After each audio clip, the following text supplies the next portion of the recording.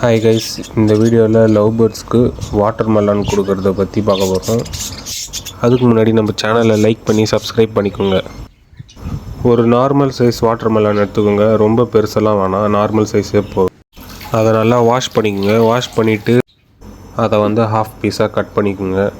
நிறைய பேர் என் love birds water மெலன்லாம் வச்சா சாப்பிடவே மாட்டேது சொல்கிறாங்க. அது நீங்கள் பழக்கப்படுத்தணும். ஒரு 4 ஹவர்ஸ் நீங்கள் தினையே எதுவுமே இல்லாமல் பசிக்க வச்சு இந்த ஃபுட்டை கொடுங்க. கண்டிப்பாக சாப்பிடும். அண்ட் இதை கொடுக்கும்போது நீங்கள் அந்த சீட்ஸ்லாம் இருக்குல்ல, அந்த சீட்ஸ் எல்லாம் நல்லா கம்ப்ளீட்டாக எல்லாமே எடுத்துடணும். சீட்ஸ் வச்சு கொடுக்கக்கூடாது லவ் பேர்ட்ஸ்க்கு. சீட்ஸ் எல்லாம் எடுத்துருங்க.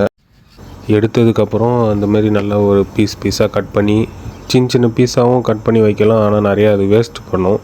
அதனால் நீங்கள் இந்த மாதிரி பீஸ் கட் பண்ணி வச்சிங்கன்னா அது பெட்டர். இந்த மாதிரி பீசஸாக கட் பண்ணி வச்சுட்டு ஒரு பிளேட்டில் வச்சிங்கன்னா கண்டிப்பாக அது விரும்பி சாப்பிடும். அண்ட் வச்சதுக்கப்புறம் ஒரு 5 மினிட்ஸ் 2 மினிட்ஸுக்கு எதுவுமே சாப்பிடாது. அதுக்கப்புறமா ஒருத்தவங்களாம் சாப்பிடுவாங்க. நீங்களே பாருங்கள், இந்த வீடியோவில் பாருங்கள், ஒருத்தவங்களாம் சாப்பிட்றாங்க. இந்த சம்மர் டைமில் லவ் பேர்ட்ஸ்க்கு மிக்சட் சீட்ஸ் கொடுக்காம இந்த மாதிரி ஃப்ரூட்ஸு, வாட்டர் கண்டென்ட் உள்ள வெஜிடபிள்ஸு அந்த மாதிரி நிறையா கொடுத்து பழக்கப்படுத்துங்க. ரொம்ப ஹீட்டு சம்மருக்கு தாங்காது லவ் பேர்ட்ஸு. மோஸ்ட்டாக ப்ரீடிங்கே அவாய்ட் பண்ணுறங்க இந்த சீசனில். மார்ச் டு ஆகஸ்ட் பார்த்திங்கன்னா சம்மர் சீசன். லவ் பேர்ட்ஸ்க்கு ரொம்ப ஹீட் அதிகமாகிடும். இந்த மாதிரி நிறையா ஃப்ரூட்ஸு, வெஜிடபிள்ஸ் அந்த மாதிரி மாற்றி வைங்க. ஷுவராக சாப்பிடும்.